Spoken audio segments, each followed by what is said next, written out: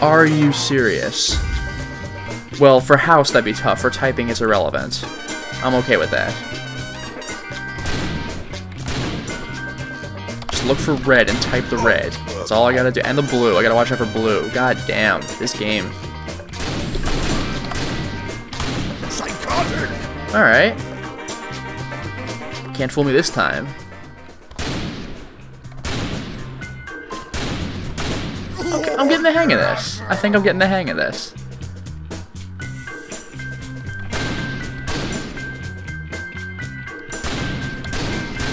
Can't fool me. I think I missed a target, but I got the blue one, which looks kind of like the bomb. It's like the muted colors. Gotcha. Can't fool me. Where's that damn teddy bear? Oh, hell no. Oh, hell no.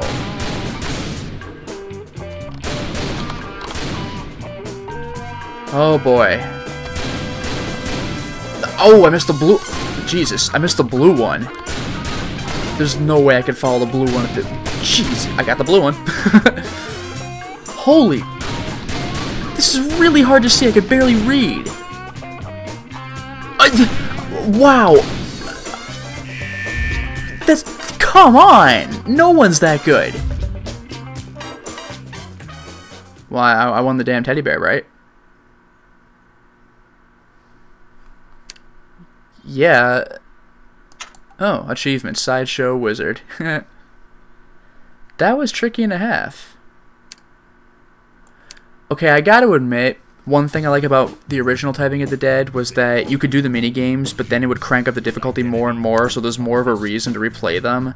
These, not so much. If you get through them, you get through them.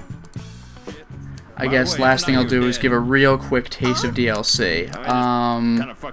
Let's just do the first level. I'll just get a couple of zombie kills and call it a freaking day. I'll make this quick, I promise. What's up, motherfucker? They met as adversaries. Okay, here we go. Crazy little thing called love. Love unfolded naturally. This girl knew how to shatter me. There's the war one. Tank. Heavy tank.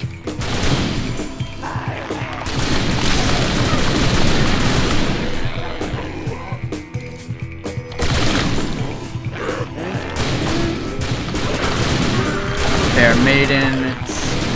I find subtlety a waste of time. I think we're getting the idea here.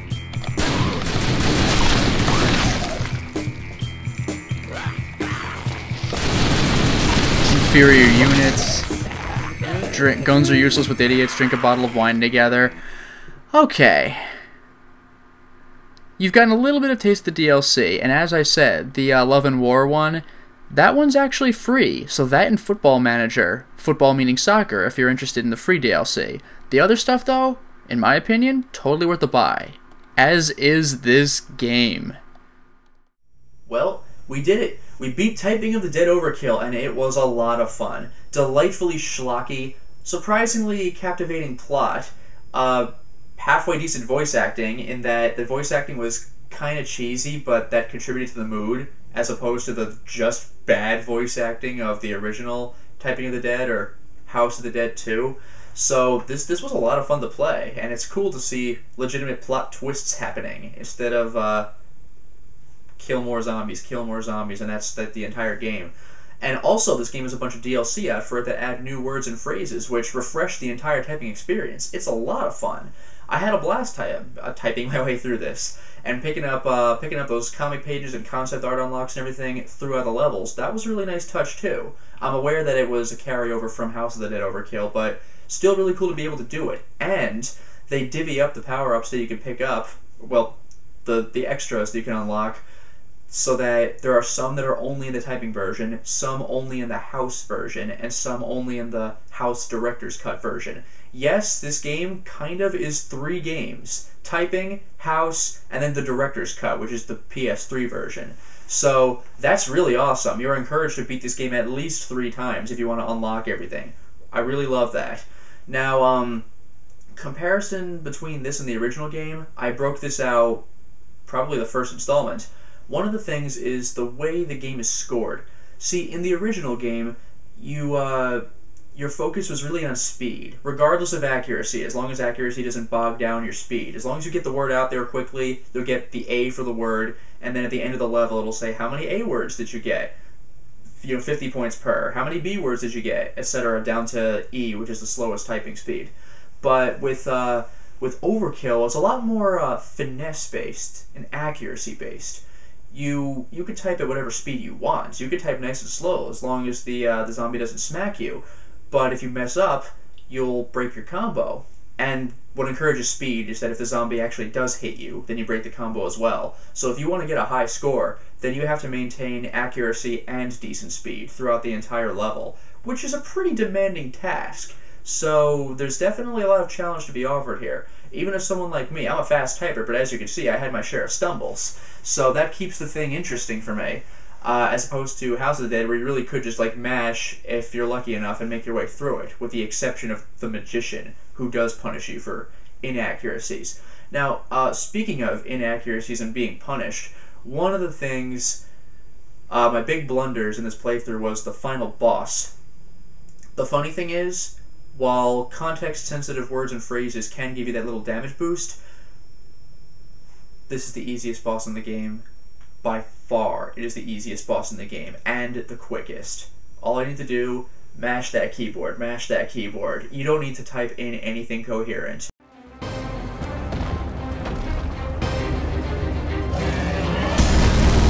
That is one angry bitch.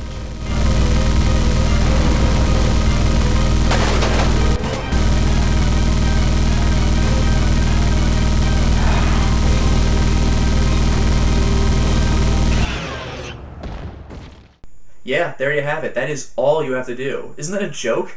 It's pretty amusing, actually. I mean, the other bosses have their set of challenge. This, I don't know, this might have almost been a joke boss. Now, that said, that's the one time in the game you can really just mash the keyboard and do whatever you want. One thing I did not really show you is the hardcore mode. And the hardcore mode is only unlocked once you beat the game.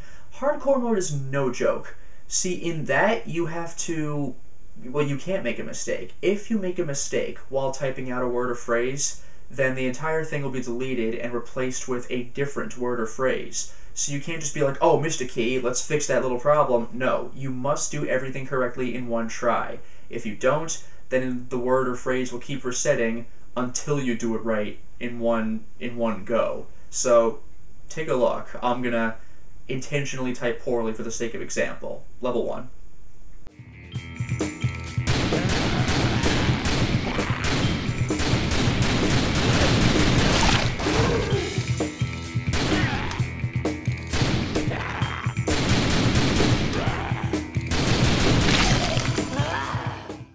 Yeah, so of course the early zombies aren't so bad, but you know that's going to get stressful in the later stages of the game. And even certain parts in the first stage, they start throwing zombies at you. Hardcore mode is hardcore, just like it says it is. By the way, for the record, if you're playing House of the Dead mode, where you got to aim with your mouse, or if you're playing with a controller, then, play that way, on hardcore mode, only headshots count.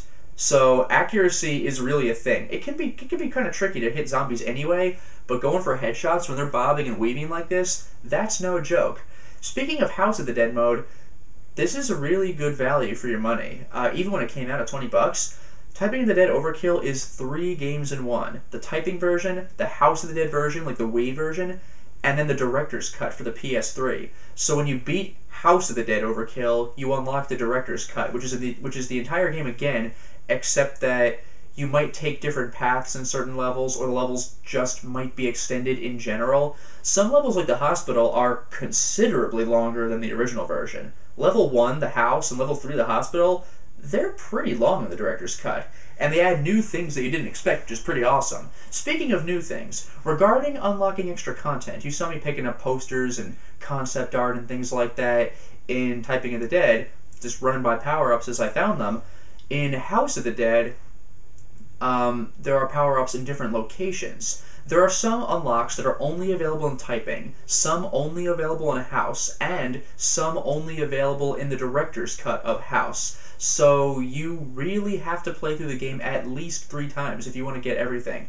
Really good move on the creator's part, I like that. And also, one interesting thing about the director's cut is that it shows you what happened in that missing reel in the last stage that brought you from running away to the final boss fight. Now, on the one hand, the neurotic side of me kind of likes that because you get all of the answers, but on the other hand, I kind of wish they didn't do that, just because that was hilarious. That was what made the grindhouse aspect of the thing funny. Like, there's a missing reel, just like in that grindhouse movie, Planet Terror, where the sex scene's about to start and the reel just goes and burns out. Little things like that just made the game feel more like a schlocky 60s or 70s movie. It was a nice touch. But hey, if you want to answer your question about what happened, you have it now. It shows them getting the miniguns and everything. So, there's that. If I had one complaint about the game, and for all I know they could patch it later, so we'll see, but if I had one complaint about the game, it would be that there's no Typing of the Dead Director's Cut version.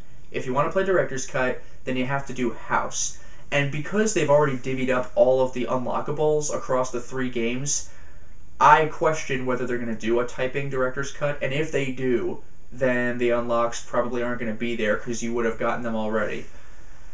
Oh well, it would have been nice. That said, if that's what I have to complain about this game, that's not too bad. It's already freaking 3 games in 1, with repeated DLCs to keep your interest peaked. At the time of this recording, at the end of February, the game's only been out 4 months, came out in October, and there are 5 DLCs, 2 of them costing nothing. The Football Manager DLC, which to us Americans means soccer, and to the rest of the entire world means football, and the War is Hell DLC. Otherwise, there's Shakespeare, Filth, and the Valentine's Day Love DLC. So already you have 5 DLCs. By the way, as far as I'm concerned, well worth the purchase. This is a game that begs to be replayed. Not for the sake of the levels, but for the sake of the typing. That's what it's all about. It's tons of fun. Oh yeah, and one more thing about hardcore mode. Forgot to mention this. You have to type spaces, and you have to use punctuation. Now, I'm accustomed to using punctuation. I was already doing that in the first Typing of the Dead game, but as it turns out, you don't need to do it in Overkill, which is kind of weird for me, but you must do spaces for hardcore mode, and that does kind of throw me off because I'm used to playing original style, which is screw spaces, just get those words out there. So you also have to concentrate a little bit harder just for that.